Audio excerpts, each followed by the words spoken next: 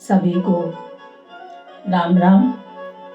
मेरे सभी बड़ों को प्रणाम। ठाकुर जी के चरणों में कोटि कोटि प्रणाम, नमन वंदन।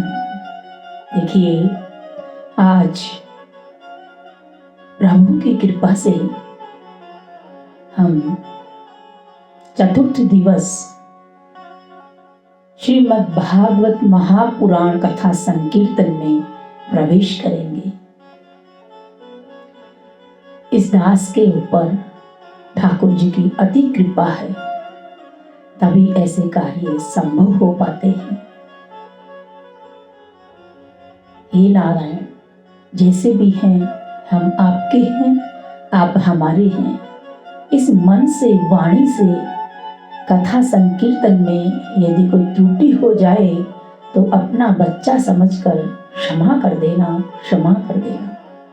देखिए, मैं कोई वक्ता नहीं हूँ। जो कुछ इस वाणी से बोला जाता है वह सब ठाकुर की अति कृपा है, तभी ये वाणी कुछ कहने को आगे बढ़ती है।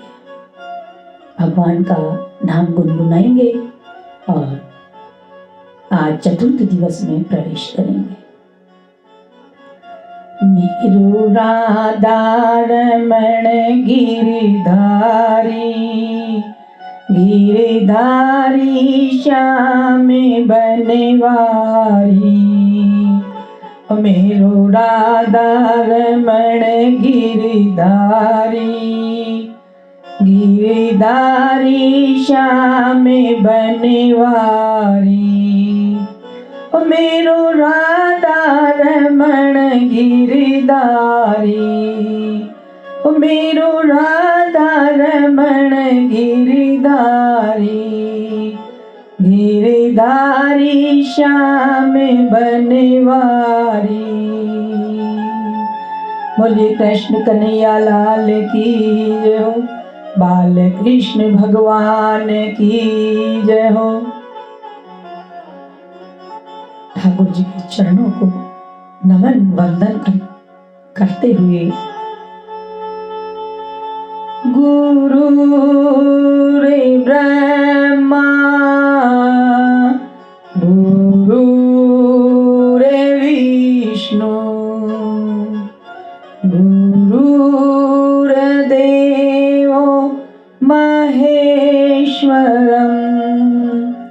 गुरुर साक्षात् परम ब्रह्मा, तस्मै श्री गुरुवे नमः। अखंड मंडलाकारं व्याप्तं येन चराचरं, तत्पदं दर्शितं तस्मै श्री गुरुवे नमः। विघ्न विनाशक सुख करण, जय जय श्री गणेश। रिद्धि सिद्धि के दाता तुम, काटो सकल कलेश। सुमेरु पवन सुत लाडले, गणपति गौरी सुवन। कारज सब पूर्ण करो, राखो भक्तों की लाज। मात पिता की सेवा ही सबसे बड़ा है धर्म। गणपति ने सिखलाया, करके उत्तम कर्म। सब धरती कागज करूं, लेखनी सब वन राय। सात समुंदर मसी करूं, गुरु गुण लिखन जाय। राम कृष्ण दो एक है, एक दरे कर चाप। सगुण रूप में आ गए, हरने जग के पाप। एक धनुषधारी बने, एक धरे कर चाप। इन्हें देख कर मोद हो, मिटे सकल कलेश। बोलिए गजानन गणेश जी महाराज की जय हो। श्री भागवत भगवान की जय हो। कृष्ण कन्हैया लाल की जय हो।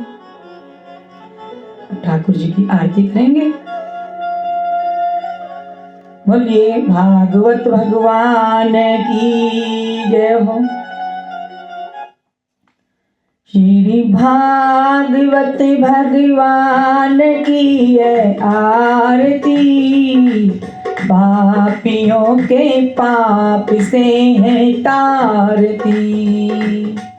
ये अमर ग्रंथ, ये मुक्ति पंथ, ये पंचम वेद निराला, नव ज्योति जगाने वाला। हरि नाम यही, हरि नाम यही, जग मंगल की आरती। पापियों के पाप से है तारती। ये शांति गीत पावन पुनित, पापों को मिटाने वाला, हर दर्श कराने वाला। ये सुख करनी, ये दुख हरनी, श्री मधुसूदन की आरती। पापियों के पाप को है तारती। ये मधुर बोल सतपंथ खोल, सन्मार्ग दिखाने वाला, बिगड़ी को बनाने वाला। श्री राम यही, घनश्याम यही, प्रभु महिमा की आरती। पापियों के पाप से है तारती। श्री भागवत भगवान की है आरती, पापियों के पाप को है तारती। बोले भागवत भगवान की जय हो।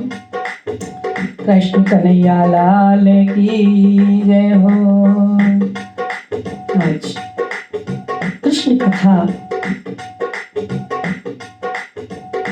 ठाकुर जी का प्रागट्य दिवस है आज।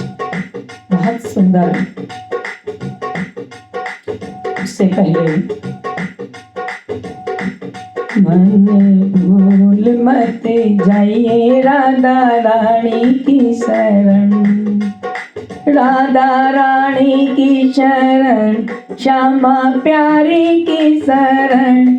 मन भूल मत जाइए राधा रानी की शरण। बोले भागवत भगवान की जय हो। कृष्ण कन्हैया लाल की जय हो।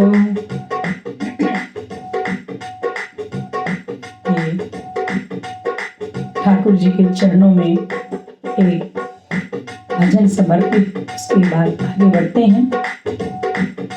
कर लेना तुम भजन राम का, भव से पार उतर जाओगे।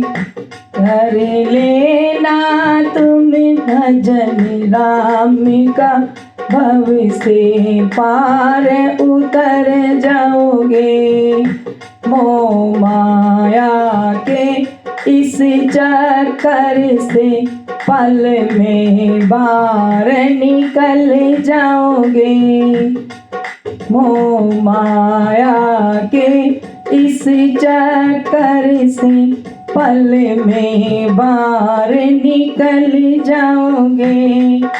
कर लेना तुम भजन राम का, पल में पार उतर जाओगे। बोले कृष्ण कन्हैया लाल की जय हो। और अब कथा की तरफ प्रवेश करते हैं।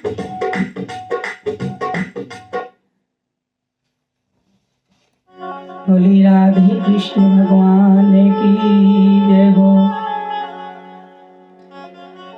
परम मंगलमय परात्पर अखिलेश्वर अकारण करुणा वरुणालय भक्तवांछी कल्पतरु श्री पीतांबरधारी श्री बालकृष्ण लाल की वांग्मय प्रीति मूर्ति श्रीमद्भागवत महापुराण परमात्मा की प्रत्यक्ष कृपा का दर्शन है।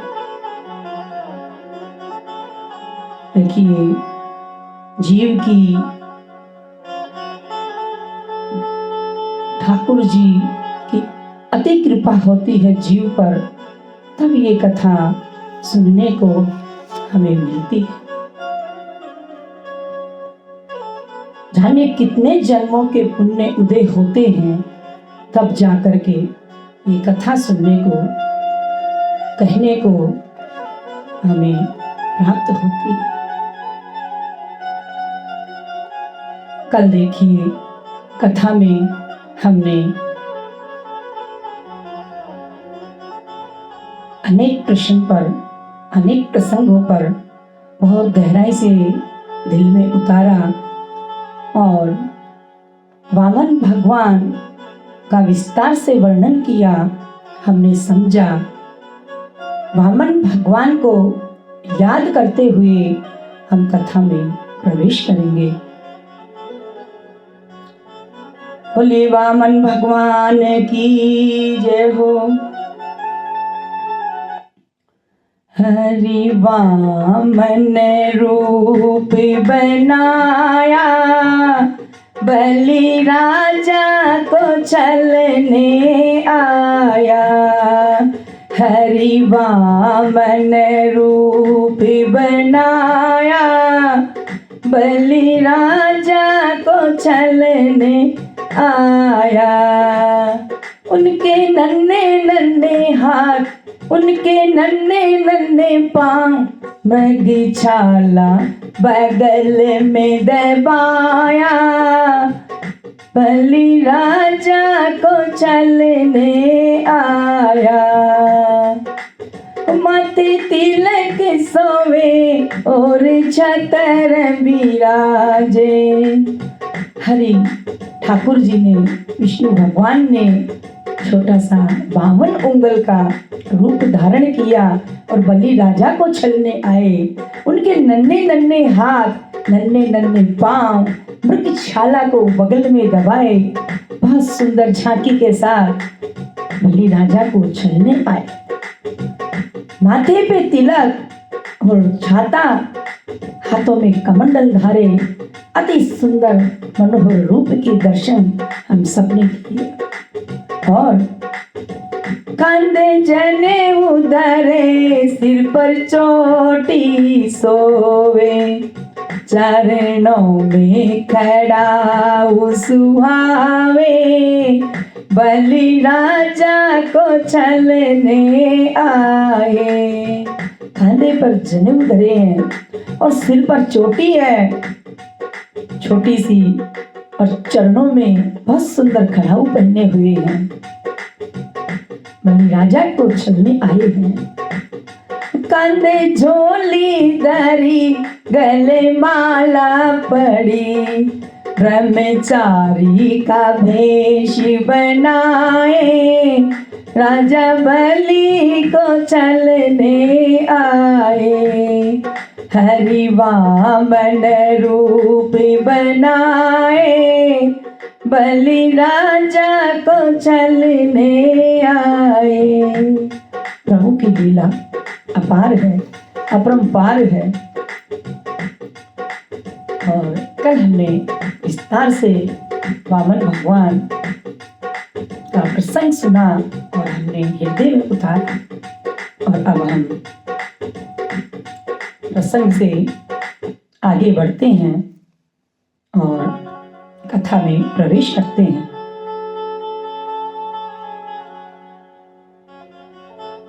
कथा प्रारंभ होती है, आओ वीर हनुमान, आसन लीजिए हृदय में सिया सहित रघुनाथ।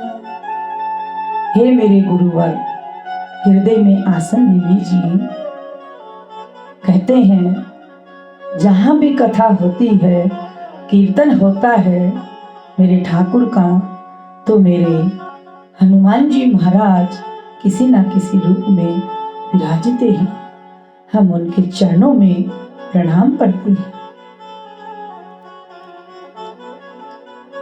वामन अवतार के प्रसंग के बाद मत्स्य अवतार का दिव्य प्रसंग आता है। जब राजा परीक्षित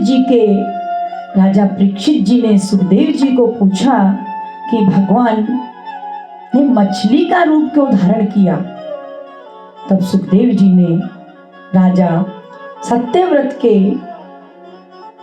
बाद वैवस्वत मनु बने।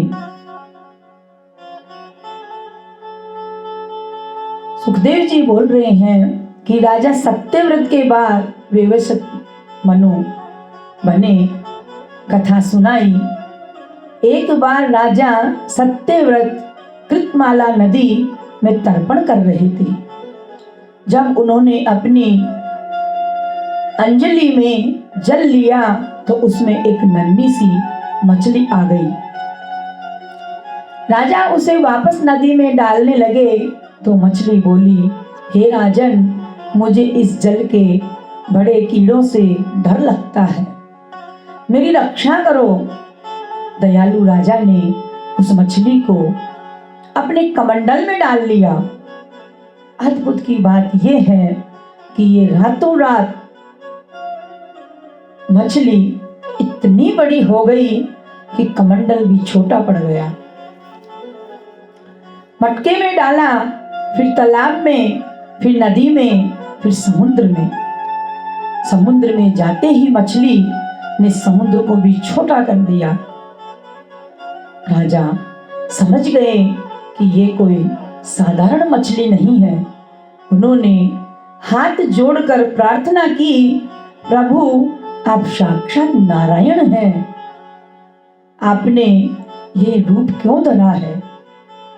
मत्स्य रूपी भगवान प्रकट होकर बोले, हे राजन, आज से 7वें दिन तीनों लोग प्रलय के जल में डूब जाएंगे। तब मेरी प्रेरणा से तुम्हारे पास एक बहुत बड़ी नौका आएगी। भगवान ने निर्देश दिया कि इस समस्त औषधियों बीजों को एकत्र कर ले। सप्त ऋषियों के पास उस नौका पर सवार हो जाए। जब ब्रह्मा जी विश्राम करने लगे तो हयग्रीव नामक दैत्य ने उनके मुख से निकले वेदों को चुरा लिया और समुद्र की गहराई में छिप गया। भगवान मत्स्य ने उस दैत्य का वध किया। भगवान मत्स्य ने उस दैत्य का वध किया और वेदों को पुनः सुरक्षित किया। देखिए, नियत समय पर वर्षा हुई, फिर पृथ्वी जलमग्न हो गई। भगवान के कहे अनुसार नौका वहां पहुंची।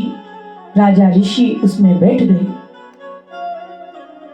प्रलय का समय उस अथाह जल राशि में विहार करते हुए भगवान मत्स्य ने राजा सत्यव्रत व ऋषियों को जो आत्म सम्मान व तत्व ज्ञान का उपदेश दिया, वही आज मत्स्य पुराण के नाम से जाना जाता है। जब प्रलय समाप्त हुआ तो भगवान ने पुनः सृष्टि का मार्ग प्रशस्त किया। राजा सत्यव्रत इस मनवंतर के वैवस्वत मनु कहलाए। देखिए, जब अधर्म और विनाश चरम पर होता है तो प्रभु धर्म की रक्षा हेतु अवश्य पधारते हैं, अवश्य पधारते हैं। वैवस्वत मनु उन्हीं के वंश में आगे चलकर राजा अम्बरीश हुए। राजा अम्बरीश परम वैष्णव थे। उन्होंने 1 वर्ष तक द्वादशी प्रधान एकादशी का कठिन व्रत किया। व्रत खोलने के समय दुर्वासा ऋषि अपने शिष्यों के साथ वहां पधारे। राजा ने सत्कार किया और भोजन का निमंत्रण दिया। दुर्वासा ऋषि स्नान करने यमुना तट पर चले गए, लेकिन आने में बहुत देर हो गई। राजा धर्म संकट में पड़ गए कि द्वादशी की घड़ी समाप्त होने वाली थी। राजा पारण नहीं करते तो व्रत खंडित हो जाता। ऋषि के बिना भोजन करे तो ऋषि सोचने लगे कि बिना भोजन करे तो पाप लगे। विद्वान ब्राह्मणों की सलाह पर राजा ने तुलसी चरणामृत ग्रहण किया, जिसे भोजन नहीं माना जाता, पारण हो जाता है कि चलो कुछ ले लिया। दुर्वासा जी लौटे तो उन्हें अपनी योग शक्ति से पता चल गया कि राजा ने जल ग्रहण कर लिया है। वे क्रोधित हो उठे और अपनी जटा से एक भयानक राक्षसी कृत्या पैदा कर दी, जो राजा को मारने दौड़ी। राजा अम्बरीश डरे नहीं, वे शांत भाव से हाथ जोड़कर खड़े रहे। तभी भगवान का सुदर्शन चक्र प्रकट हुआ। उसने कृत्या को भस्म कर दिया और ऋषि के पीछे लग गया। दुर्वासा ऋषि तीनों लोकों में भागे। जब ब्रह्मा जी के पास गए, शिव जी के पास गए और अंत में वैकुंठ में विष्णु जी के पास गए, सबने कहा हम भक्त के रक्षक सुदर्शन को नहीं रोक सकते। भगवान ने कहा जाकर अमृत से क्षमा मांगो। जब दुर्वासा ने राजा के चरण पकड़े, दुर्वासा ऋषि जी ने राजा के चरण पकड़े। राजा ने सुदर्शन की स्तुति कर शांत किया। अंत में उन्होंने ऋषि को प्रेम पूर्वक भोजन कराया। भगवान अपने भक्त की रक्षा के लिए हमेशा तत्पर रहते हैं। देखिए, बहुत ही सुंदर प्रभु ने स्तुति की। श्रीमन्नारायण श्रीमन्नारायण नारायण नारायण नारायण। इसके बाद राजा अम्बरीश के ही वंश में आगे चलकर सगर हुए। उन्होंने चक्रवर्ती सम्राट के लिए अश्वमेध यज्ञ किया। जब सगर का यज्ञ घोड़ा छोड़ा गया तो देवराज इंद्र ने ईर्ष्यावश उस घोड़े को चुराकर पाताल लोक में सहर्षि कपिल के आश्रम के पास बांध दिया।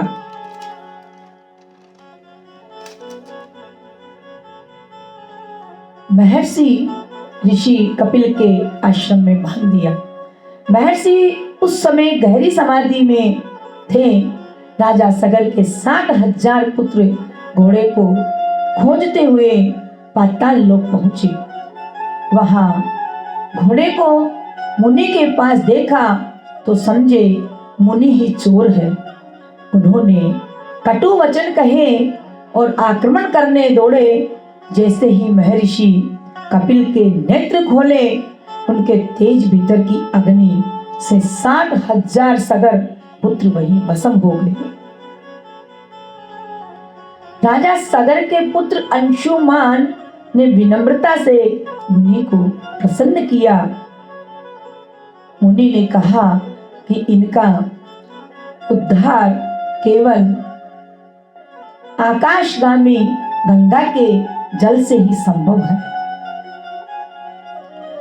अंशुमान और उनके पुत्र दिलीप ने गंगा को लाने का पूरा प्रयास किया, लेकिन सफल नहीं हुए।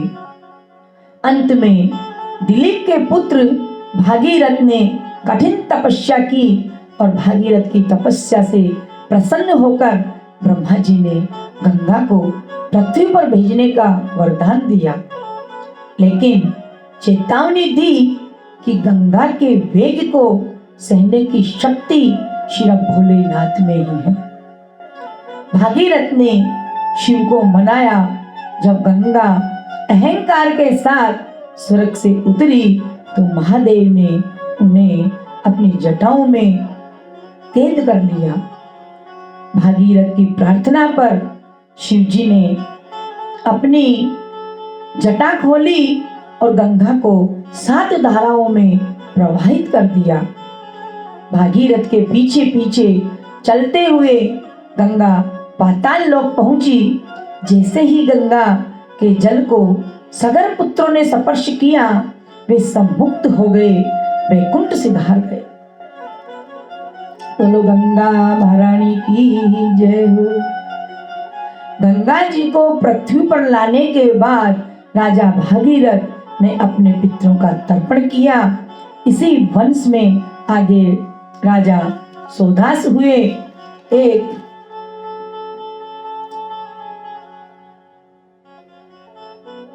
एक बार शिकार के दौरान उन्होंने एक राक्षसी को मार दिया, जिसके भाई ने बदला लेने के लिए रसोइया बनकर राजा को नर मांस खिला दिया।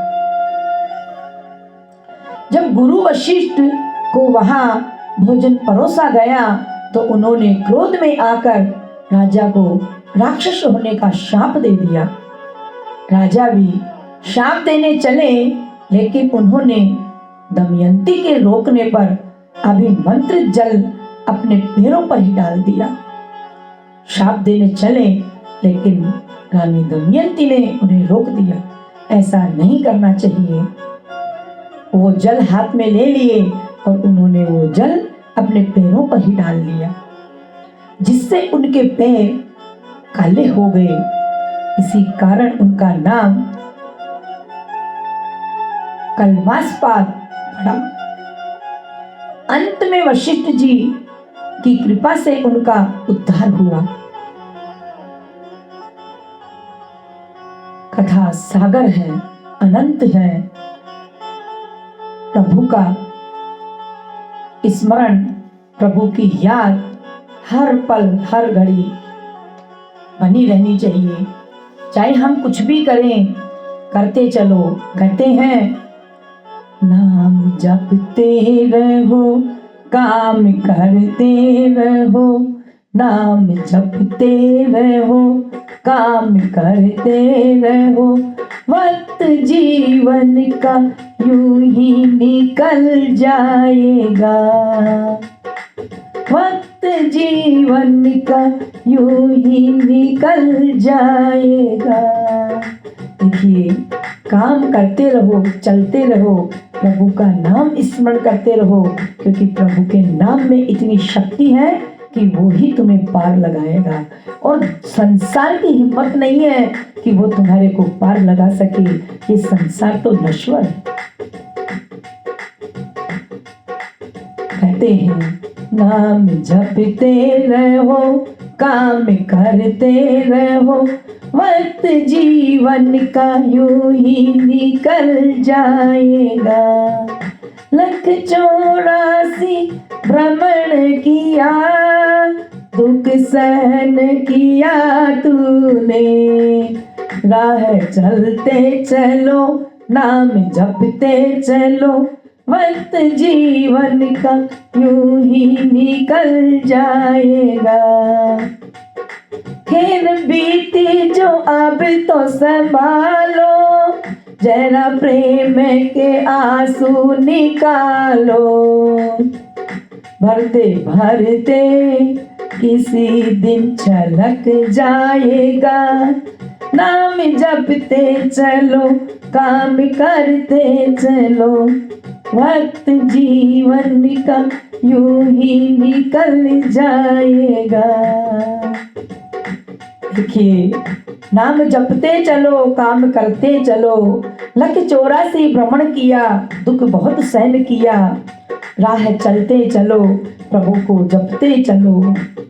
अब जो बीत गई, अब आगे संभालो और प्रभु के सामने बैठकर 2 आंसू करुणा भाव से निकाल कर देखिए तो सही, मेरा ठाकुर आपको क्या से क्या बना दे। ठाकुर की अति कृपा है। कहते हैं, आते जाते गुनगुनाया करो, राम बोला करो, राम गाया करो, रिश्ता रखते हो संसार से, मोह बंधन बना परिवार से, थोड़ा उससे भी रिश्ता निभाया करो, राम बोला करो, राम गाया करो।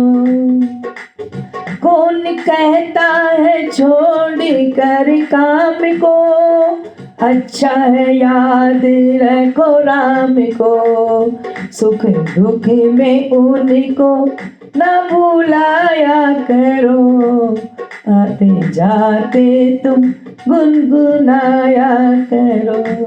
कौन कहता है कि तुम काम को छोड़ो, काम के समय भी ठाकुर को याद रखो, गुनगुनाते रहो, अपनी मस्ती में मगन रहो। ठाकुर जी का नाम जिस भाव से भी लेंगे उस भाव से कल्याण ही करेगा। बोलिए कृष्ण चंद्र भगवान की जय, बाल कृष्ण लाल की जय, राधे राधे। अब देखिए, इसी वंश में राजा खटवांग हुए। उन्होंने देवासुर संग्राम में देवताओं की सहायता की थी। जब देवताओं ने उनसे वरदान में मांगने को कहा तो उन्होंने केवल अपनी आयु पूछी। देवताओं ने कहा, आपकी आयु केवल 1 मुहूर्त यानी 48 मिनट शेष है। तुरंत राजा ने सब कुछ त्यागा और मात्र 1 मुहूर्त में भगवान विष्णु में मन लगाया और मोक्ष प्राप्त किया। अंत समय में यदि मन स्थिर हो तो कल्याण संभव है, कल्याण संभव है। कहते हैं, अंत मति सो गति। जिस चीज में हमारा मोह रहेगा अंत में हमें वही मिलेगा।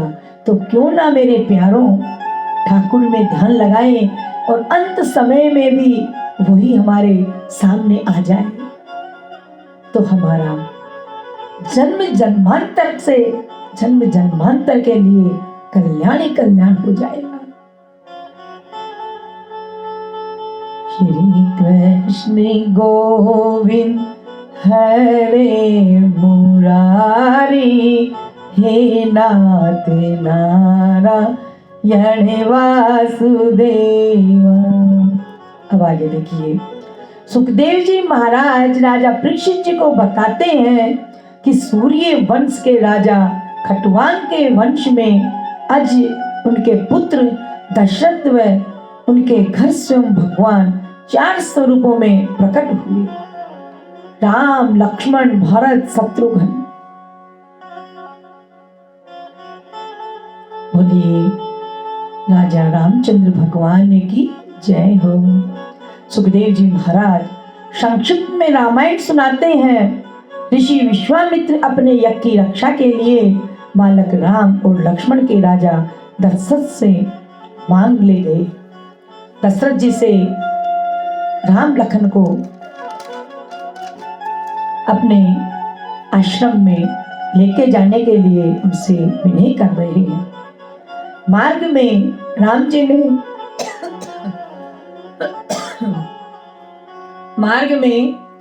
जी ने भयंकर राक्षसी ताड़का का वध किया। मारीच और जैसे सुभाओं राक्षसों को मारकर ऋषियों के यज्ञ को निर्विघ्न संपन्न करवाया। गौतम ऋषि की पत्नी जो शापवश पत्थर बन गई थी, श्री राम के चरण स्पर्श से चैतन्य हो गई। जनकपुर में भगवान शिव के अत्यंत भारी पिनाक धनुष को खेल खेल में राम जी ने उठा लिया और बीच से तोड़ दिया और सीता जी से विवाह हुआ। लौटते समय परशुराम जी के अहंकार का शमन किया। राजा दशरथ राम जी का अभिषेक करना चाहते थे, तब कैकेयी ने 2 वरदानों के जरिए राम के लिए 14 वर्ष का वनवास व भरत के लिए राज्य मांग लिया। भगवान श्री राम ने बिना किसी शोक के पिता के वचनों को शिरोधार्य किया। उनके साथ माता सीता, भाई लक्ष्मण भी बन गए। निषाद राजकुमार ने उन्हें गंगा पार कराया। वनवास के दौरान दंडकारण्य के ऋषियों को अभय दान दिया। जब रावण की बहन शूर्पणखा ने राम लक्ष्मण को रिझाने का प्रयास किया तो लक्ष्मण ने नाक कान काट दिए। खरदूषण बदला लेने आए 14,000 राक्षसों को राम जी ने अकेले ही समाप्त कर दिया। देखिए, रावण ने सोने का मृग मारीच को बनाकर भेजा। जब राम लखन कुटिया से दूर थे तो रावण ने सीता का हरण कर लिया। सीता जी की खोज में भगवान की भेंट हनुमान व सुग्रीव से हुई। भगवान ने अत्याचारी बाली का वध किया और फिर सुग्रीव को किष्किंधा का राज्य दिलाया। वानर सेना की सहायता से समुद्र पर पत्थर का पुल राम सेतु बनाया गया। लंका में भयंकर युद्ध हुआ। प्रभु ने तीक्ष्ण बाणों से रावण के 10 सिर काट दिए और विभीषण को लंका का राजा बनाया। अयोध्या लौटने पर भगवान का राज्याभिषेक हुआ। भागवत के अनुसार राम राज्य की विशेषताएं अद्भुत है, अद्भुत है। देखिए, राम राज्य में सब सुखी रहते थे। प्रजा केवल अपने धर्म का पालन करती थी और राम को ही अपने प्राण मानती थी। राम ने मानव जाति की मर्यादा सिखाने के लिए अवतार लिया था, अवतार लिया था। बोले राजा राम भगवान की जय हो। भगवान चारों भाइयों की जय हो। कृष्ण कन्हैया लाल की जय हो। अंत में भगवान ने सरयू नदी के तट पर अपनी लीला समेटी और अयोध्या के समस्त चर अचर जीवों को अपने साथ साकेत धाम परम पद को ले गए, परम पद को ले गए। इस पावन गंगा में डुबकी लगाते हुए आज सूर्य वंश के गौरव व मर्यादा पुरुषोत्तम भगवान श्री राम का दिव्य चरित्र का संक्षिप्त में श्रवण किया। ये चरित्र हमें धर्म, धैर्य व मर्यादा सिखाता है। देखिए, भगवान की लीला अद्भुत है। हम समझ ही नहीं पाएंगे ठाकुर जी की लीला क्या है। कहते हैं, प्रभु के साखेली रचाया है, मेरी समझ कछु नहीं आया है। हे प्रभु, कैसा खेल रचाते हो, मेरी समझ कुछ नहीं आता है। प्रभु कैसा खेल रचाया है, मेरी समझ कछु नहीं आया है। कृपा करो तुम दयालु, तुम तो मैं तो शरण तुम्हारी आया हूँ, मेरे समझ कछु नहीं आया है। मिट्टी का ये पुतला बनाया, इसमें प्राण समाए भारी, कोई हंसता रोता दुनिया में अपने कर्म कमाता है। मिट्टी का ये पुतला है, इसमें प्राण समाये हैं, कोई हंस रहा है, कोई रो रहा है, सब अपने अपने कर्मों के अनुसार काम कर रहे हैं। ये कैसा जीव बनाया है, मेरी समझ कछु नहीं आया है। पाप पुण्य का खेल निराला, जग है आनी जानिए, यहाँ अंत समय में साथ न जावे कोई भी अभिमानी। कैसा तूने भेद बनाया है, मेरी समझ कछु नहीं आया है, मेरी समझ कछु नहीं आया है। तूने कैसा खेल रचाया है, मेरी समझ कछु नहीं आया है। मुक्ति का तूने मार्ग दिखाया, मेरा सोया भाग जगाया है, मेरे समझ कछु नहीं आया है। तूने ज्ञान की ज्योति जगाई है, और धन्य हुए हम सब भाई। तुम कृपा करो दयालु हो, हम शरण तुम्हारी आए हैं। हे नाथ, हे दयालु, हे कृपालु, आप दया करें, हम आपकी शरण में आए हैं, हम आपकी शरण में आए हैं। देखिए, कहते हैं कि भागवत की गंगा जल, भागवत की गंगा जल, कृष्ण चरण में जाए, जो डूबे इस धारा में भवसागर तर जाए। जहाँ कृष्ण कथा बहे, वहाँ दुख टिके ना कोई, नाम रूप लीला सुनत हृदय कमल खिल जाए, हृदय कमल खिल जाए।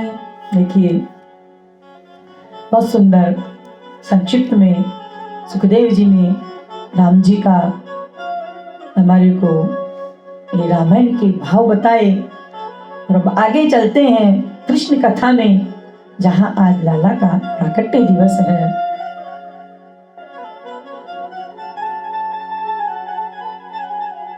देखिए, कृष्ण के मन में बोले कृष्णचंद्र भगवान की जय, राधे राधे। कंस के मन में एक भाव आया, देवकी का विवाह कर दूं, चाचा जी की पुत्री है, मेरी छोटी बहन है। वासुदेव जी के साथ में देवकी का विवाह संपन्न हो रहा है, बड़ी धूमधाम से विवाहोत्सव हुआ। कंस ने बहुत दहेज दिया, लेकिन वासुदेव देवकी को जैसे ही विदा करने चला, आकाशवाणी सुनी, और कंस जिस बहन देवकी को विदा करने जा रहा हो, आकाशवाणी हुई कि हे कंस, जिस बहन देवकी को तुम विदा करने जा रहे हो, इस देवकी का अष्टम गर्भ तुम्हारा काल होगा। आकाशवाणी ने ये नहीं कहा कि देवकी का बेटा तुम्हारा काल होगा या बेटी तुम्हारा काल होगा, इसका अष्टम गर्भ तुम्हारा काल होगा।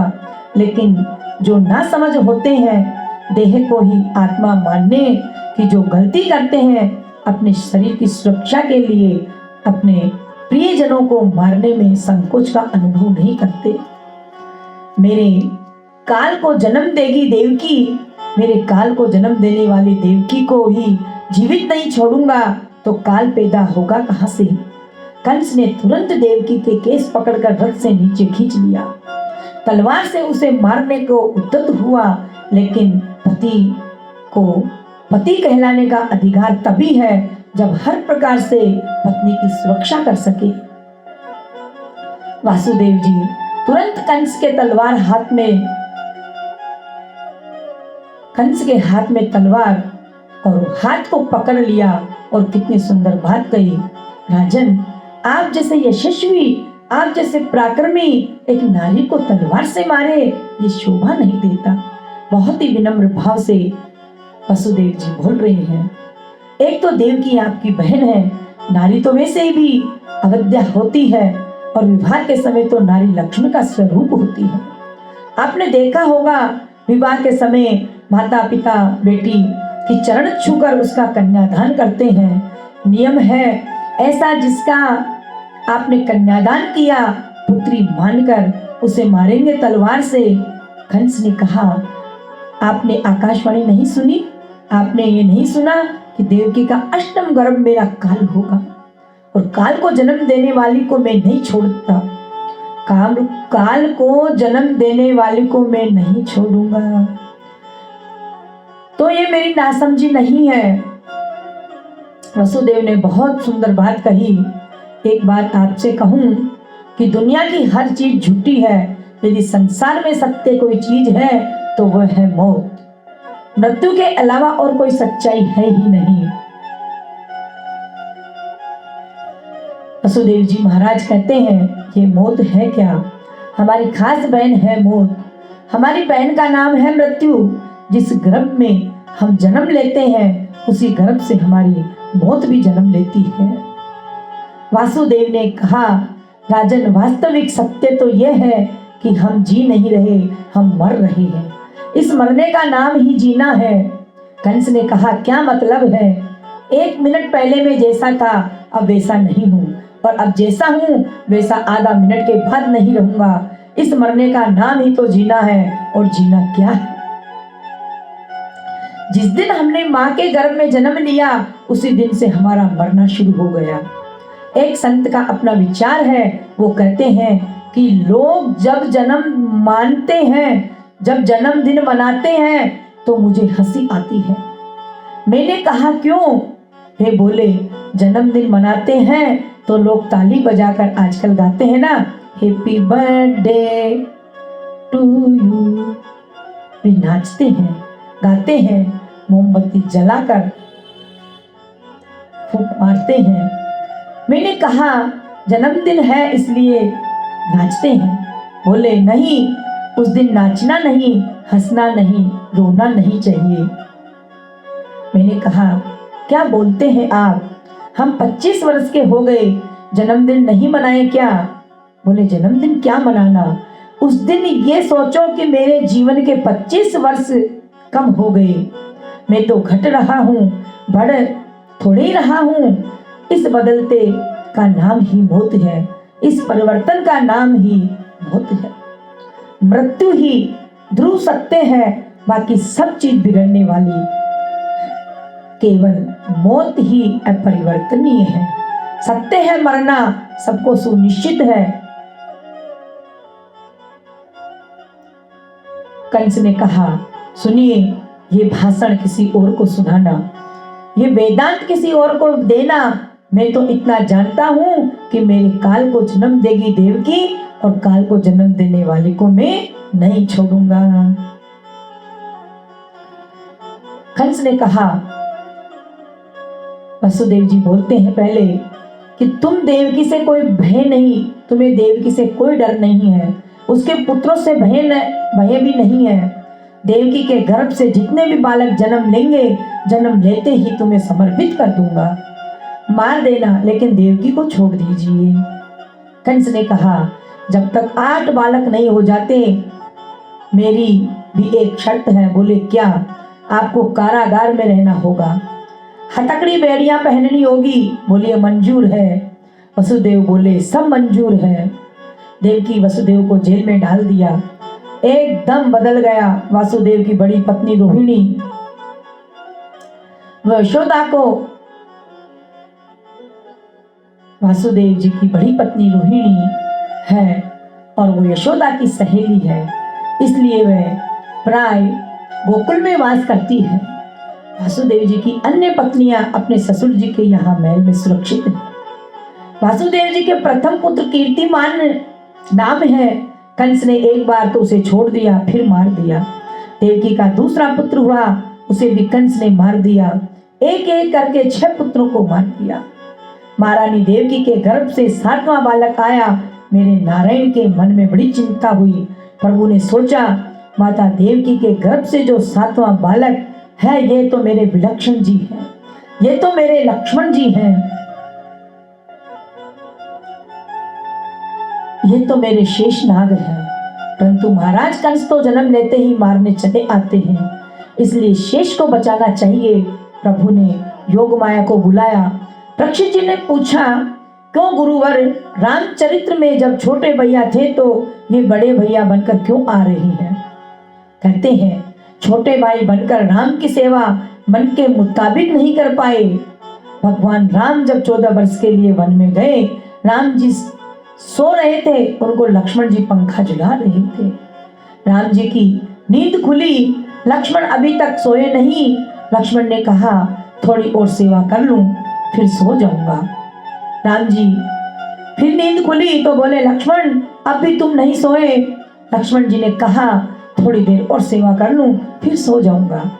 राम जी ने कहा, हम आपके बड़े भाई हैं, जैसा कहते हैं, चलो सो जाओ। लक्ष्मण जी ने मन में सोचा, मत करने दो सेवा, छोटा हूं इसलिए कुछ नहीं कह सकता, अगली बार बड़ा बनकर आऊंगा, फिर बताऊंगा। अब वही लक्ष्मण जी यहाँ बलराम जी बनकर आ रही है। वर्णन आता है, कृष्ण बलराम जब गऊ चराने गए, सो ही बलराम जी को याद आ गई, अब छोटा भैया थोड़ी हूं, मैं बड़ा भैया हूं। सो बलराम ने कृष्ण से कहा, लाला सुनियो, यहाँ पे आ। कन्हैया बोले, क्या बात है? बलराम ने नन्हे से कन्हैया को उठाकर अपनी गोद में सुला लिया और पंखा झलने लगे। 2 घंटे से पंखा कर रहे हैं कन्हैया, पंखा कर रहे हैं। बलराम, कन्हैया को नींद खुली और बोले, भैया जी आप बहुत देर से पंखा झुला रहे हैं, रहने दो। बलराम जी बोले, ना हम हारे नहीं हैं, चुप रहे। फिर पंखा कर रहे हैं, भैया जी बहुत देर हो गई, पंखा झुला रहे हैं, अब रहने दो।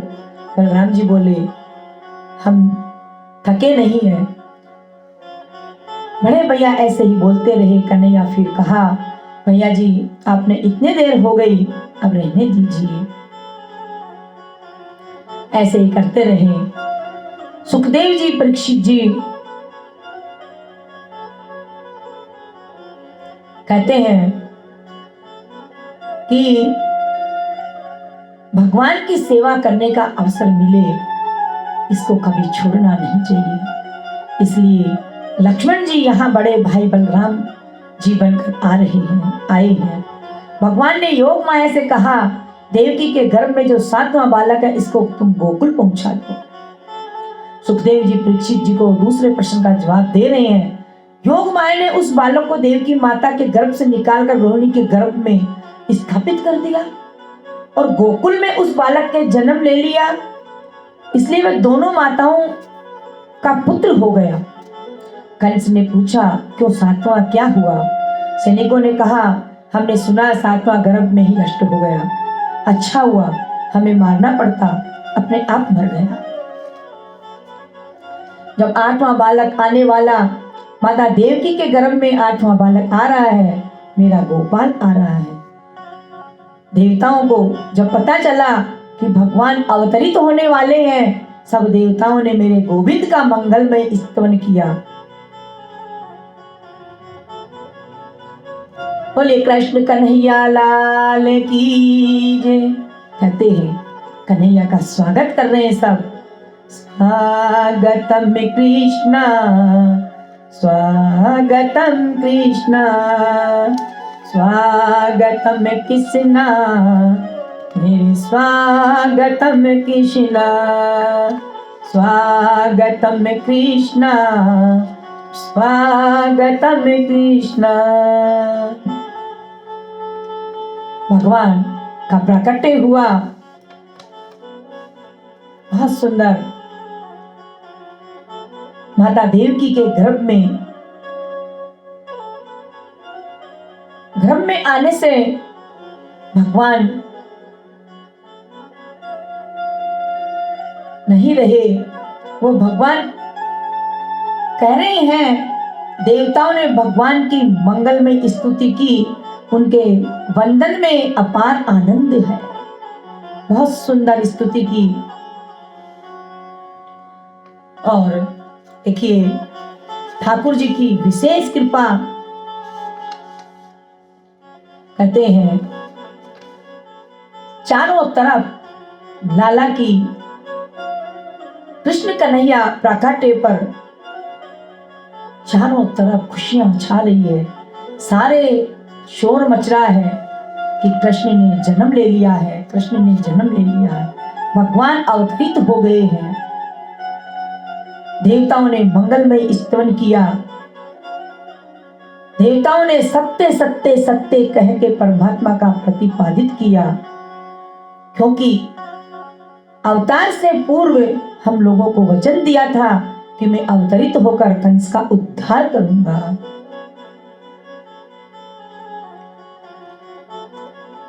देवता बार बार सत्य सत्य स्मरण कराते हैं, भूल नहीं जाए आप। माता देवकी से भी कहा, माँ डरना नहीं, तुम्हारे गर्भ में जो बालक है ये भगवान है, यदुवंशियों की रक्षा करेंगे, तुम्हारे कष्ट की निवृत्ति करेंगे। धीरे धीरे आ रहा है भादों का महीना। नारद ने सोचा मेरे भगवान तो आने वाले हैं, पर कंस को ऐसा डरा कर जाऊं कि उसका जीना ही दुर्लभ हो जाए। नारद जी कंस के पास आए और बोले, राजन आपको मालूम है 8वां पुत्र आने वाला है। कंस ने कहा, जी महाराज, आकाशवाणी ने कहा था 8वां मेरा काल होगा, और सुनिए यदि वो जन्म लेते ही भागने लगे तो मैं उसे पहचानूंगा कैसे? आप तो त्रिकालदर्शी संत हैं, जरा बताइए 8वां जो जन्म लेगा वो कैसा होगा? मान लो भागने लगे तो पहचान तो लूं मैं। नारद जी बोले, बताऊं वो कैसा होगा? वो काला काला होगा, मुरली वाला होगा, देखने में छोटा और पेट में दाढ़ी वाला होगा। काला काला होगा, नाम भी उसका काला, शरीर भी उसका काला, केस भी उसके काले, सावधान रहना। नारद जी समझा कर चले गए। अब कंस को रात भर नींद नहीं आए। रात में यही सोचे, काला काला मुरली वाला होगा, कोई भी काली चीज सामने आ जाए घबरा कर कहता, हटाओ ये काला है, ये मार देगा। कोई काली चीज को देखकर डर जा। इतना उसका चिंतन हो गया कृष्ण के प्रति, तो क्या महाराज भोजन करने बैठता, दाल में काला जीरा आ गया तो हालत खराब हो गई। 20,000 सैनिक बुलाए, 20,000 सैनिकों से कहा, चारों ओर से कारागार को घेर लो। वो भागने नहीं पाए। जन्म लेते ही पूरी सुरक्षा रखना। सैनिक बोले, क्यों घबराते हो, आपकी सारी सुरक्षा है। धीरे धीरे आ रहा है भादों का महीना, कृष्ण पक्ष अष्टमी तिथि, बुधवार, रोहिणी नक्षत्र, रात के ठीक 12 बजे योगमाया ने ब्रह्मा जी से कहा। योगमाया बोली, पूरे ब्रजमंडल की कमान मेरे हाथ में दे दीजिए। योगमाया ने ब्रज की कमान अपने हाथ में ले ली। कृष्ण पक्ष की अष्टमी तिथि को प्रभु ने सोचा, माता यशोदा सौभाग्यवती इसलिए है कि उनका दुग्ध पान करूंगा। देवकी पुण्यात्मा इसलिए है कि उनके गर्भ से मैं जन्म लूंगा। लेकिन माँ रोहिणी को क्या मिला, उसने कितना त्याग किया, इसलिए हम जन्म लेंगे। उस समय का नक्षत्र रोहिणी नक्षत्र होगा। अष्टमी तिथि के रात को ठीक 12 बजे माता देवकी कारागृह आज मंदिर बन गया। कारागृह में प्रकाश हो रहा है, पूरे ब्रजमंडल में सन्नाटा छाया। सब लोग गहरी नींद में सो रहे हैं और मेरे गोपाल का प्राकट्य हो गया। बोलो कृष्ण कन्हैया लाल की जय, कृष्ण बलराम की जय। कृष्ण का स्वागत कर रहे हैं। बोलिए बाल कृष्ण लाल की जय हो। कमल नयन चतुर्भुज नारायण भगवान बालक का रूप लेकर वसुदेव देवकी के समक्ष प्रकट हो गए। भगवान ने अपने हाथों में शंख चक्र गदा और पद्म धारण किए हुए हैं। सब अपनी आंखें बंद कर इस झांकी का दर्शन करिए। बोलिए कृष्ण कन्हैया लाल की जय हो। देवकी के कारागृह में जो कृष्ण प्रकट हुए, झांकी कैसी है सुखदेव जी वर्णन कर रहे हैं। वसुदेव देवकी ने मेरे गोविंद की झांकी को देखा। शंख चक्र गदा और पद्म जिसने धारण किए हुए हैं, पीताम्बरी जिसने पहनी है, झांकी के दर्शन कर वासुदेव जी भाव विह्वल हो गए। उनके नेत्रों में आंसू झड़ रहे हैं। बिंबा फल जैसे ओष्ठ हैं, टमाटर जैसे गाल हैं, शंख जैसी ग्रीवा है, करदली पहने हैं, कमल जैसी आंखें हैं, नीलमणि जैसा प्रकाश प्रकाशित हो रहा है। देवकी वासुदेव दोनों ने मेरे गोविंद को प्रणाम किया। ऐसी सुंदर स्तुति की है। दोनों के नेत्रों से आंसू झरझर बह रहे हैं। सारे ब्रजमंडल में सन्नाटा छा गया है। बोले कृष्ण कन्हैया लाल की जय हो, मेरे बाल गोपाल की जय हो।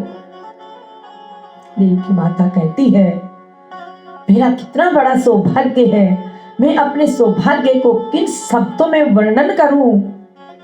मेरे घर स्वयं भगवान अवतरित हुए हैं। देवकी वासुदेव के आंखों में आंसू भर रहे हैं। देखिए, आंख बंद करके उस झांकी के दर्शन करिए कि देवकी वासुदेव के समक्ष नारायण खड़े हैं चतुर्भुज रूप में। ये निर्गुण निर्विकार निर्विशेष ये ब्रह्मा आज मेरे घर आया, मेरा परम सौभाग्य है। हे भगवान, मैंने संतों से सुना है कि मृत्यु के भय से भयभीत प्राणी दसों दिशाओं में डोलता है, पर इसको अभय नहीं मिल पाता। इसको अभय कौन दे? आपके चरणों का आश्रय ले ले तो मौत पर विजय प्राप्त कर लेता है। लेकिन प्रश्न ये है, आप इस रूप में क्यों आए हो? भगवान बोले, मैं आपको याद नहीं, स्वयंभू मनवंतर में आप लोगों ने मेरी बहुत तपस्या की। आपने कहा था कि आप जैसा पुत्र मुझे मिले तो उस समय में आपका बेटा बना। प्रश्न गर्भ दूसरी बार आप कश्यप अदिति बने तो मैं आपका पुत्र वामन बना। इस बार वासुदेव देवकी बने तो मैं कृष्ण बनकर आया। यदि कोई ये कह दे कि हमारे पुत्र बन जाओ तो एक बार पुत्र बनकर कार्य को पूरा करता हूँ, लेकिन कोई ये कह दे कि आप जैसा पुत्र हमें हो जाए, वहां मुझे 3 बार आना पड़ता है। माता ने कहा, वो तो ठीक है, आपको पुत्र बनकर आने का कहा, आप तो पिताजी बनकर पधार गए। ये शंख चक्र गदा और पद्मधारी को कैसे गोद में ले, कैसे प्यार करें? भगवान ने कहा, भैया सत्य कहता हूँ कि मामा कंस जन्म लेते ही मारने चला आता है ना, इसलिए हम सुदर्शन चक्र लेके आ गए। हमने सोचा जो काम 11 वर्ष बाद करना है वो आज ही कर देंगे, इसलिए हम तो सुदर्शन चक्र लेकर आ गए। यदि आप ये चाहती हैं कि मैं छोटा बालक बनूं तो मैं आपकी रक्षा कंस से नहीं कर सकता, बल्कि आप लोगों को कंस से मेरी रक्षा करनी पड़ेगी। हम कैसे रक्षा कर सकते हैं? आप मुझे गोकुल पहुंचा दो। नंद पत्नी ने इसी समय एक कन्या को जन्म दिया है, हमें ले जाकर वहां सुला दो। कन्या को ले जाकर कंस को सौंप दो। वसुदेव ने कहा, हथकड़ी लगी है, बेड़ियां लगी है, कैसे कर सकते हैं हम? गोविंद बोले, इसकी चिंता मत करो, जीव जब मेरा आश्रय लेता है तो सारे बंधन खुल जाते हैं। भगवान छोटे से बालक बन गए। देवकी ने गोद में लिया, अपना स्तनपान कराया। जय हो मेरे कृष्ण कन्हैया लाल की, राधे राधे, बाल कृष्ण लाल की जय हो। अब जैसे ही वसुदेव ने कृष्ण को गोद में लेने का प्रयास किया, सो हथकड़ी खुल गई। डलियां में सजाकर कृष्ण को उसमें लिटाकर जैसे ही चलने लगे, चलने को उद्यत हुए, पैर की बेड़ियां खुल गई। देखिए, जीव जब कर्म करने का प्रयास करता है तो परमात्मा सहायता करता है। परमात्मा जब नेक कर्म की ओर कोई आगे बढ़ता है एक कदम, तो मेरे ठाकुर 10 कदम आते हैं। ये मेरा अनुभव है। परमात्मा सहायता करते हैं। वासुदेव देवकी की हथकड़ी पहले नहीं खुली। जब कृष्ण को लेने के लिए और चलने का प्रयास किया तो सारी हथकड़ियां खुल गई।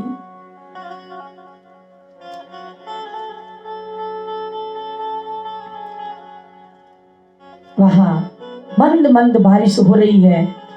एक एक ताला खुलता जा रहा है। वसुदेव जी कृष्ण को मस्तक पर विराज कर आगे चल रहे हैं। 20,000 सैनिक सो गए। रात्रि का समय, पवन देवता तीव्र गति से चलने लगे। बारिश जोर से होने लगी। वासुदेव ने चारों ओर देखा तो बस पानी ही पानी दिखाई देता है। पानी में कई कई प्रकार के जीव जंतु बोल रहे हैं। अर्धरात्रि का समय, चंद्रमा अभी निकला ही है। पानी में कई मेंढक बोलते हैं, कई झिंगुर बोलते हैं, कई सांप आदि बोलते हैं। बड़े बड़े मगरमच्छ दौड़ रहे हैं जल में। वासुदेव ने कहा, ये क्या देख रहा हूँ नारायण में। मन में बड़े भयभीत हो गए वासुदेव जी, लेकिन चलना तो होगा। जैसे ही जलाशय को पार कर चले तो यमुना जी आ गई। गोकुल जाने के लिए यमुना को पार करना होगा। यमुना में अंदर जा रहे हैं तो यमुना का जल ऊपर की ओर उठता है। मेरे पति का प्राकट्य हुआ है। मैं तो इनके चरण का स्पर्श करूंगी। यमुना मैया बोल रही है। कृष्ण ने अपने चरणों को नीचे लटका दिया, लेकिन यमुना कहती है, केवल चरणों के स्पर्श से काम नहीं चलेगा, मैं तो मुखार बिंद भी देखूंगी। कन्हैया बोलो, कन्हैया बोले, लो कर लो बात। मेरा मुखार बिंद तभी दिखेगा जब पिताजी पूरे डूब जाएंगे। यमुना जी ऊपर को उठी तो कृष्ण का मुख तो दिखा नहीं, वसुदेव जी की दाढ़ी पहले ही दिख गई। वासुदेव जी कृष्ण को लेकर आ रहे हैं। यमुना ने गोविंद को मार्ग दे दिया। घुटना घुटना पानी हो गया। वासुदेव जी गोपाल को लेकर आए। नंद रानी यशोदा के महल में प्रवेश किया। नंद रानी घोर निद्रा में सोई हुई थी। वसुदेव जी लाला को सुलाकर कन्या को लेकर चले गए। बड़े कष्ट से सुलाया। नंद बाबा भी सो रहे हैं, सैनिक सो रहे हैं, दास दासियां भी सो रही है, कोई जगह ही नहीं है। कन्या को लेकर वसुदेव जी गए और जैसे ही कारागृह में प्रवेश करते जा रहे हैं, एक एक ताला बंद होता जा रहा है। अंदर जाते ही हथकड़ियां लग गई, बेड़ियां लग गई। मतलब क्या, देखिए ठाकुर की क्या लीला है। महात्मा वसुदेव जब कृष्ण प्रभु को लेकर गोकुल गए तो सारे बंधन खुल गए और कन्या माया को लेकर आए तो बंध गए। जीव जब परमात्मा का आश्रय लेता है तो सारे बंधन खुल जाते हैं, और परमात्मा को छोड़कर जब माया को पकड़ता है तो फिर बंधन में बंध जाता है, क्योंकि माया बांधती है और गोविंद छुड़ाते हैं। माया से पार पाना किसी के बस की बात नहीं है। योग माया ने जोर से चिल्लाना शुरू कर दिया। कृष्ण जब थे तो शांति थी, गोविंद जब रहते हैं तो शांति रहती है, और माया आती है तो अशांति बढ़ जाती है। सैनिक सब सो गए। महाराज कंस के पास दौड़ पड़े। सन्नाटा जो छाया था मिट गया। पकड़ो पकड़ो कंस को, जाकर बोले, महाराज 8वां पुत्र हो गया। कंस ने ताले खुलवाए। देवकी 8वां बालक हमें दे दो। देवकी ने कहा, भैया मेरे 6 पुत्रों को तुमने मार दिया, फिर 7वां मुझे मिला नहीं, ये तो कन्या है, इसे तो छोड़ दो। कंस ने कहा, बेटी है या बेटा होना था, बेटी कैसे हो गई? मैं इतना बड़ा पापी थोड़े ही हूँ कि कन्या को मारूंगा। नहीं, मैं इसे नहीं मार सकता। कंस के सैनिक ने कहा, महाराज ये 8वीं बार पुत्री इसलिए आई है क्योंकि देवता जानते हैं आप कितने कृपालु हैं। देवताओं ने सोचा कि इसे पुत्री समझकर आप छोड़ देंगे, लेकिन इस पुत्री का आपने छोड़ दिया तो पुत्री के जो पुत्र होगा वो आपको मारेगा। कंस ने कहा, तुम ठीक बोलते हो। देवकी रोती रह गई। उनकी गोद से कन्या को छीन लिया और धड़ाम से पत्थर पर मार दिया, लेकिन वो तो योग माया है। अष्टभुजी देवी बनकर अनंत आकाश में चली गई और आकाशवाणी कर दी, अरे कंस, मेरे जैसे निरपराध बालकों को मारने से तुम्हें क्या मिलेगा? तुम्हारा शत्रु जो कृष्ण है उसने तो ब्रज में अवतार ले लिया है।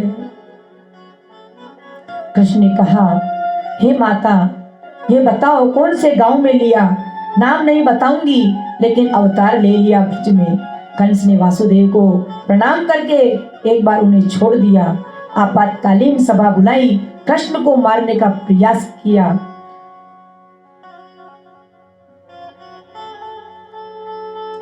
मारने का पूरा प्रयास कंस ने किया। अब देखिए, नंद बाबा ब्रज के राजा हैं। नंद बाबा के घर लाला नाय भयो।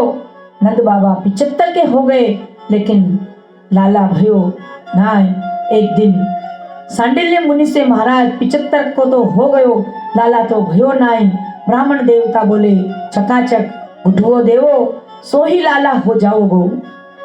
बाबा ने कही, नाय कब करी महाराज, आप अनुष्ठान तो करो, मैं तो राजी हूँ। ब्राह्मण देवता ने अनुष्ठान कियो। अब सबको ऐसो लगायो कि नंद बाबा के घर लालो भयो है। रात्रि में वासुदेव जी कब अदला बदली कर गए, कहूं को पतो ही नहीं चलो। नंद बाबा की 2 बहनें हैं, बड़ी का नाम है नंदा, छोटी का नाम है सुनंदा। अब नंदा और सुनंदा को ये पता चलो कि नंद नानी के लाला हो गयो, सो 6 महीने पहले ही वो गोकुल में आ गई। ये जो नंद होती है ना, ऐसा मौका देखती रहती है कि भाभी यहाँ कुछ हो, भैया भाभी के यहाँ, और भाभी की सेवा करूं तो मेवा ही मेवा मिले। ये तो सब खुशी की बात है, ननद भाभी के विनोद की बात है। जो खुशी सास और ननद को होगी वो किसी को नहीं होगी। नंद बाबा की दोनों बहनें बहुत बड़े घर में हैं, लेकिन जब पतो चलो कि नंद रानी के लाला होएगो तो 6 में मेरी भाभी के बालक होने वाला है, तो 6 महीने पहले ही आ गई। नंद रानी को ऐसी सेवा करी। नंद रानी ने गले का हार, 9 लका हार दोनों ने सोची, भाभी बड़ी कृपालु है, यदि लाला भयो तो यो हार हमें मिलना चाहिए।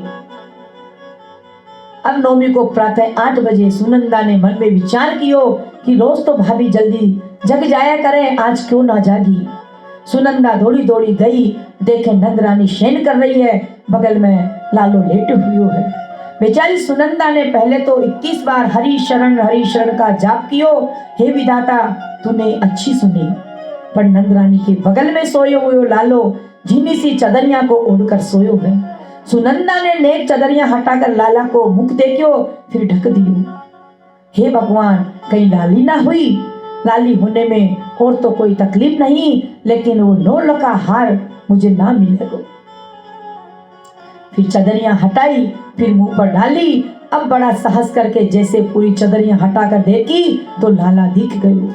नंद के लाला की जय हो, बोलो लाला की जय हो।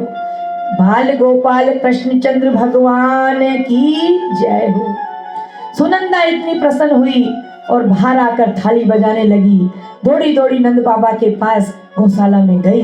गौशाला में आए के नंद जी के बहन ने देखो कि नंद बाबा भजन कर रहे हैं। आपको पता है नंद बाबा कौन सो मंत्र जप रहे हैं माला पे?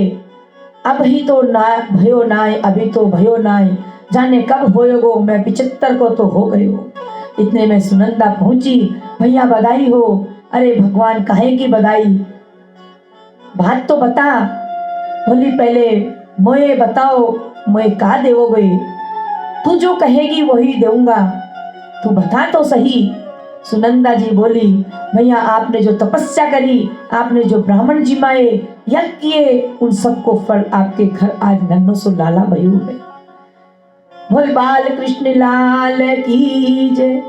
आपके घर आज नन्नो सो सुंदर लाला अवतरित भयो है। नंद बाबा ने जैसे ही लाला को के जन्म की बात सुनी, 75 वर्ष के बाबा 16 वर्ष के हो गए। इतनो आनंद मन में छा गयो। बाबा ने यमुना जी में जाए के 108 डुबकी लगाई, पीतांबर पहनी, पीली बागबंदी पहनी, पीलो पटको डार्यो, सिर पर पागड़ी बांधी, माथे पर चंदन लगायो, आंखन में काजल लगायो, मूछन में ताव लगायो, फिर बोल्यो लियो रे छोरा दर्पण। ब्रजवासी ने जैसे ही दर्पण दियो, बाबू बोलो कैसो लगूं मैं? बोले दुल्ला जैसो तुम लग रहे हो। भैया लालो भयो है, आज तो हमको बननो ही पड़ेगो। नंद बाबा दौड़े दौड़े अपने समस्त भैयन के पास गए। अजी लाला भयो सब बड़े प्रसन्न हुआ। सांडीले मुनि 108 ब्राह्मण को लेकर आए। बाबा ने आकर ब्रह्मा से स्वस्थ वाचन करवायो, जात कर्म संस्कार करायो। ब्राह्मण ने जयकारा लगाया, लाला को आशीर्वाद दिया। अब कितनी गोपी हैं उनको पतो चलो कि नंद रानी के लाला भयो है, लाला भयो है। देखिए बहुत सुंदर बोल रहे हैं यहाँ पे, बोल कृष्ण कन्हैया लाल की जय हो। कह रहे हैं सब नंद के आनंद भयो, जय कन्हैया लाल की। नंद के आनंद भयो, जय कन्हैया लाल की। कौन को दियो हाथी घोड़ा, कौन को दियो पाल की। छोरन को दियो हाथी घोड़ा, बूढ़न को दियो पाल की। छोरन को दियो लाडू पेड़ा, बूढ़न को दियो लापसी। नंद के आनंद भयो, जय कन्हैया लाल की। कंगा दीनो दर्पण दीनो, दीनो बिंदी फाल की। रतन दियो हार दियो, गाय ब्याणी हाल की। कंटा और कठूला दीन, दीनी मुक्ति माल की। नंद बाबा प्रसन्न हो रहे हैं और सबको जाने क्या क्या बांट रहे हैं। किसी को हाथी घोड़ा दे रहे हैं, किसी को जिमा रहे हैं लाडू पेड़ा, किसी को गायें दे रहे हैं, बछड़े दे रहे हैं, कंठा कठूला दे रहे हैं, किसी को माला दे रहे हैं। जय यशोदा लाल की, जय हो दाऊद दयाल की। जय बोलो नंद लाल की, जय बोलो गोपाल की।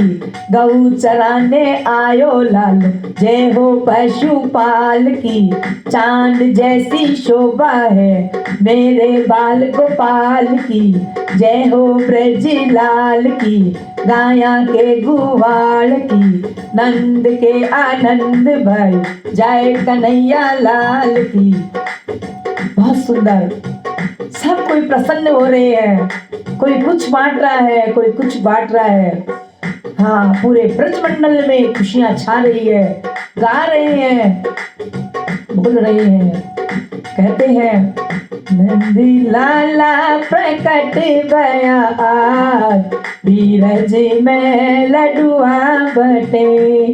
लडुआ बटे रे पेड़ा बटे। नंदी लाला प्रकट भया आज, बीरज में लडुआ बटे। बंधन वार बंधाओ मेरी बहना, पर्दा लगाओ जालीदार। बीरज में लडुआ बटे। मोतियन चौक पूराओ मेरी बहना, कलश बनाओ आज। बीरज में लडुआ बटे। कैसर कस्तूरी भर दो तलैया, भर दो तलैया भाई, भर दो तलैया। और बरसा तो मूसलाधार, बीरज में लडुआ बटे। गाय की दूध की खीर बनाओ, सबको जिमाओ आज। बीरज में लडुआ बटे।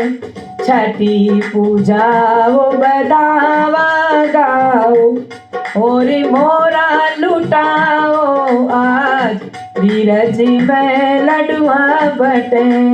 मोती लुटाओ, पैसेज लुटाओ, जाने क्या क्या लुटा रहे हैं। पूरा ब्रजमंडल खुशियों से झूम रहा है। आज नंदलाला प्रकट हुए हैं, अनंत खुशियां छा रही है। बोले बाल कृष्ण लाल की जय हो। कृष्ण कन्हैया लाल की जय हो। और जितनी ब्रज की गोपी हैं सब श्रृंगार कर रही हैं। गोपियां 84 गज के लहंगे पहन के नृत्य कर रही हैं और 16 प्रकार के श्रृंगार करके 95 वर्ष की मैया नंद रानी के लाला भयो है, मैं तो आज सजूंगी, मैं तो आज सजूंगी। देखिए आज पूरे ब्रज मंडल में खुशियां छा रही है। गोपियां यशोदा के पास आई करके बड़ी जोर से यशोदा को बधाई देके बोली, जो तो यशोदा जी बधाई हो, बधाई हो, यशोदा जी बधाई हो। जितनी ब्रज की गोपियां हैं सब नृत्य कर रही हैं, सब नृत्य कर रही हैं और इतनी जोर को शब्द भयो की बरसाने में शब्द पहुंच गयो, समाचार हो गयो कि हमारे राधे रानी जी के कन्हैया 11.5 वर्ष के 11.5 महीने बड़ी है वृषभानु जी। राधा रानी के यहाँ भी खबर पहुंच गई और राधा रानी 11.5 महीने कन्हैया से बड़ी है। हमारी जो प्रतिज्ञा है बचपन से, हमने कही तुम्हारे लाल होएगो तो हम टीको भेजेंगे और हमारे लाला हैगो तुम टीको भेजियो। इनके लाला भयो और हमारे लाली भाई वृषभानु जी ने लाला के ताई टीको भेजो। जानो टीको काहे थे, टीका किस लिए भेजते हैं? जब सगाई होती है जब ही भेजते हैं।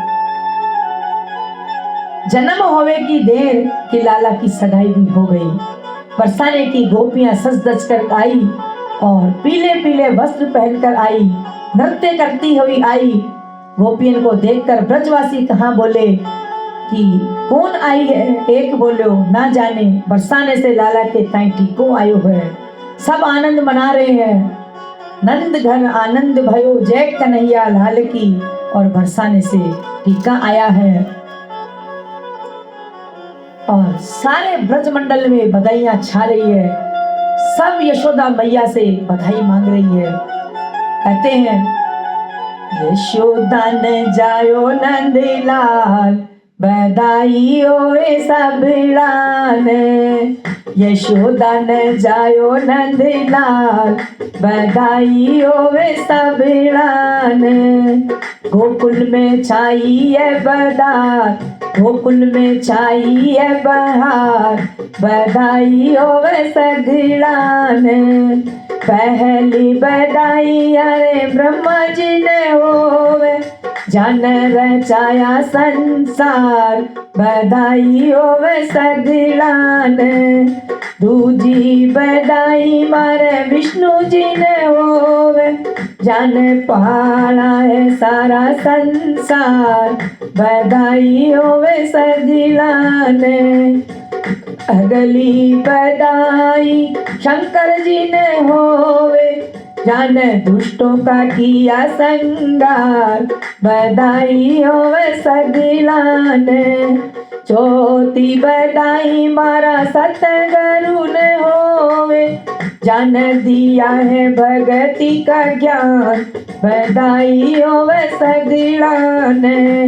पांचवी बधाई मारे सास ससुर होवे, जान बसाया परिवार, बधाई होवे सगलान। छठी बधाई बहू बेटियां ने होवे, अनधन होवे दूध पूत, बधाई होवे सगलान। सातवीं बधाई सब सखियां ने होवे, जाने गाया है मंगलाचार, बधाई होवे सगलान। बहुत सुंदर सबका दृश्य देखने लायक है। पूरा ब्रज मंडल खिल उठा है।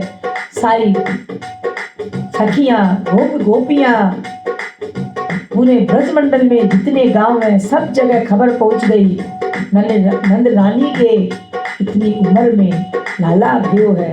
सब बधाइयां लेने आ रही है और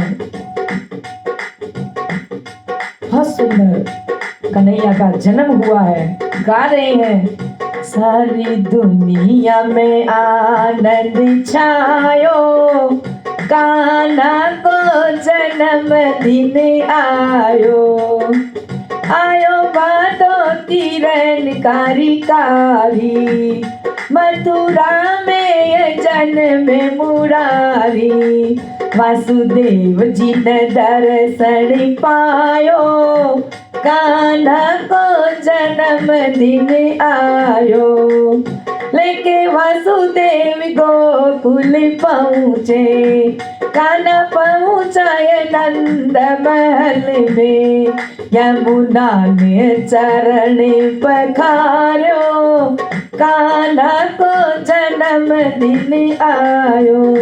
बोले कृष्ण कन्हैया लाल की जय हो। देखिए सारे प्रसन्न हो रहे हैं, मन में खुशियां छा रही है, और खाना जब भगवान आ गए तो सारे रास्ते ऐसे खुल गए, सबके चेहरे ऐसे मुस्कुरा रहे हैं। लुटा दिया धन माल का न होने पे,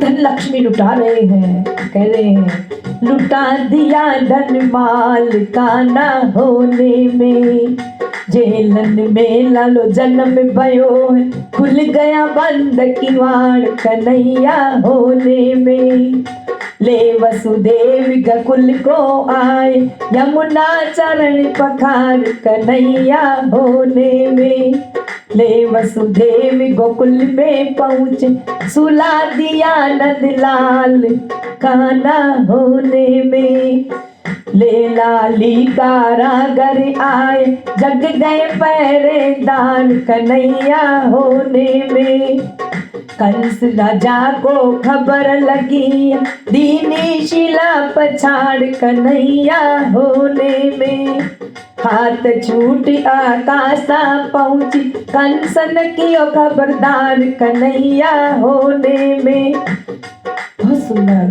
सब जगह प्रसन्नता हो रही है, गा रहे हैं कि हमारा लाला कैसे आया कैसे आया।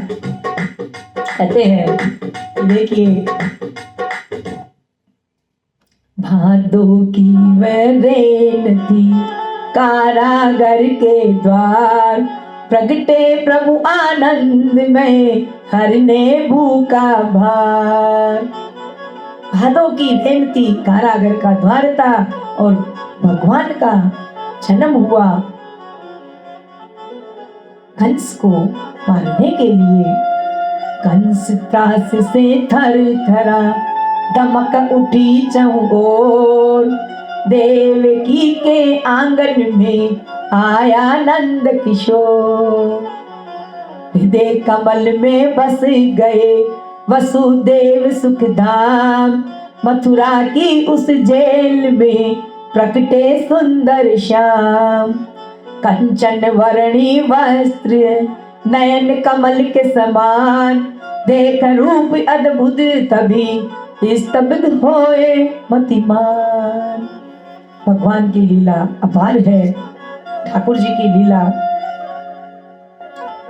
सब ब्रिज में खुशियां मना रहे हैं, जय जयकार कर रहे हैं। बहुत सुंदर। और देखिए, इसी के साथ इस प्रसंग के साथ आज यहीं विराम करेंगे। कल फिर लाला के जन्मदिन के खुशियों के साथ कथा में प्रवेश करेंगे और आरती के साथ भगवान कथा को विराम देंगे। श्रीमन्नारायण श्रीमन्नारायण, नारायण नारायण नारायण, नारायणी नारायणी नारायण। चलिए आरती की ओर चलते हैं। हे गिरधर तेरी आरती गाऊं, हे गिरधर तेरी आरती गाऊं, बांके बिहारी तेरी आरती गाऊं। मोर मुकुट माथे पे सोवे, प्यारी बंसी मुनि मन मोवे, देख छवि बलि बलि में जाऊं, हे गिरधर तेरी आरती गाऊं। चरणों से निकली गंगा प्यारी, जिसने सारी दुनिया तारी, उन चरणों को मैं दर्शन पाऊं, हे गिरधर तेरी आरती गाऊं। दास अनाथ के नाथ आपियो, सुख दुख जीवन प्यारे साथ आपियो, उन चरणों को मैं शीश झुकाऊं, हे गिरधर तेरी आरती गाऊं। श्री हरिदास के प्यारे तुम हो, मेरे मोहन जीवन धन्य हो, प्यारी छवि तेरी मन में बसाऊं, हे गिरधर तेरी आरती गाऊं, हे गिरधर तेरी आरती गाऊं। बोलिए कृष्ण कन्हैया लाल की जय हो, भागवत भगवान की जय हो, नंद के लाला की जय हो, गौ माता की जय हो, विश्व का कल्याण हो, गौ माता की जय हो,